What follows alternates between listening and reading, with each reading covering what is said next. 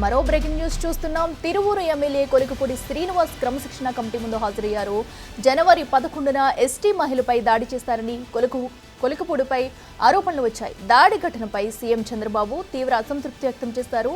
క్రమశిక్షణ కమిటీ నివేదిక ఆధారంగా కొలికపూడిపై చర్యలు తీసుకున్నారు.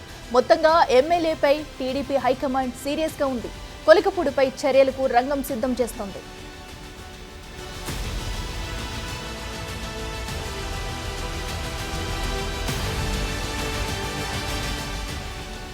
ఇదే అంశానికి సంబంధించి మరింత సమాచారం మా ప్రతినిధి శివ లైవ్ లో అందిస్తారు. శివ, చెప్పండి, మరి కొలికపూడిపై కూడా హైకమాండ్ ఎలాంటి చర్యలు తీసుకుంటుంది అనేది కూడా ఉత్కంఠంగా మారింది. ఎప్పటి వరకు మరి విచారణ జరిగే అవకాశం ఉంది? ఇప్పటికే హైకమాండ్ ముందు అయితే ఆయన హాజరయ్యారు. అప్డేట్స్ ఏంటి?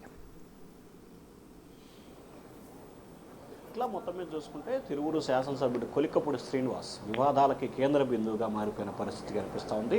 గత ఎన్నికలకు ముందైతే ఆయన రాజధాని ఉద్యమంలో కీలకమైన పాత్ర పోషించారు. ఆ తర్వాత అనూహ్యంగా తిరువురు శాసనసభ్యుడిగా ఎన్నికైన పరిస్థితి కనిపించింది. ఆ తర్వాత నియోజకవర్గానికి సంబంధించి కూడా ప్రతిరోజు ప్రతి చోట కూడా నియోజకవర్గానికి సంబంధించిన 5 మండలాలకు సంబంధించి కూడా ఆయన వివాదాలకి కేంద్రంగా మారుతున్నారు. కార్యకర్తలకి, నేతలకి ఎవ్వరికీ కూడా ఆయన అందుబాటులో ఉండకుండా కేవలం ప్రధానమైన అంశాలకు సంబంధించే ఏర్పాటు చేస్తున్న పరిస్థితి కనిపిస్తూ ఉంది. సో ముఖ్యంగా తెలుగుదేశం పార్టీకి సంబంధించి గెలిచిన మొదటి నుంచి కూడా పూర్తి స్థాయిలో ఆయనపై వివాదాలు చుట్టూ తిరుగుతూనే ఉన్నాయి. సో ఈ నేపథ్యంలో వివాదాలకు సంబంధించి ఎన్నిసార్లు అధిష్టానం మందలించినా, ఎన్నిసార్లు క్రమశిక్షణా సంఘం ఎదుట హాజరై వివరించినా కానీ ఆయన వద్ద నుంచి ఏమాత్రం కూడా వివరణ తీసుకునే ప్రయత్నం కనిపిస్తున్నా కానీ ఆయనలో మార్పు మాత్రం కనిపించట్లేదు. ఏపీ సీఎం చంద్రబాబు సైతం కూడా ఆయన్ని పిలిచి మరీ హెచ్చరికలు జారీ చేసినా ఆయన తీరులో మాత్రం ఇంకా మారలేదు. తాజాగా ఈ నెల 11వ తేదీన ఏకొండూరు మండలం గోపాలపురానికి సంబంధించిన ఒక ఎస్టీ మహిళపై ఆయన దాడికి పాల్పడటం, అలాగే దుష్పలాటానికి సంబంధించి కూడా తీవ్రస్థాయిలో ఆగ్రహం వ్యక్తం చేసింది టీడీపీ అధిష్టానం. ఈ అంశానికి సంబంధించి కూడా క్రమశిక్షణా సంఘం ఎదుట హాజరై వివరణ ఇవ్వాలని చెప్పి 2 రోజుల క్రితం క్రమశిక్షణా సంఘం టీడీపీ నేతలు నోటీసులు జారీ చేశారు. ఆ నోటీసు నేపథ్యంలో కొద్దిసేపు క్రితమే కొలికపూడి శ్రీనివాస్ క్రమశిక్షణా సంఘం ఎదుట హాజరయ్యారు. ఏదైతే దీనికి సంబంధించి కూడా బీదా రవిచంద్ర, అలాగే ఆర్టీసీ చైర్మన్ కొనకళ్ళ నారాయణ, వర్ల రామయ్య, అలాగే తదితర నేతృత్వం పంచుమర్తి అనురాధ 5గురితో కూడుకున్న క్రమశిక్షణా సంఘం ఎదుట ఆయనైతే హాజరయ్యారు. ఎందుకు ఈరోజు మీరు దుష్పాఠం వచ్చింది? తరచూ మీ చుట్టే వివాదాలు ఎందుకు వస్తున్నాయి?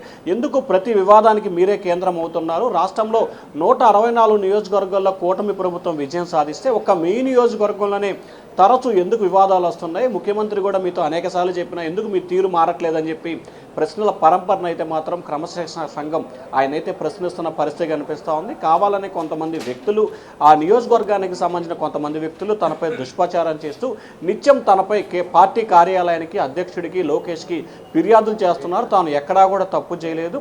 అలాగే తెలుగుదేశం ప్రభుత్వం వేసిన రోడ్లకు సంబంధించి వైఎస్ఆర్సీపీ నేతలు రోడ్లను చెడగొట్టడం, కంచె వేసే ప్రయత్నం చేశారు. దీన్ని అడ్డుకున్నాను, దీన్ని అడ్డుకోవటమే తప్పుగా భావించి తాను దుష్పట్లాడానని, దాడికి పాల్పడ్డానని చెప్పి ఫిర్యాదులు చేయటం, విచారణ పిలవటం ఇది సమంజసం కాదని చెప్పి ఆయనైతే క్రమశిక్షణా సంఘం ఎదుట వివరణ ఇచ్చే ప్రయత్నం చేసినట్టు తెలుస్తూ ఉంది.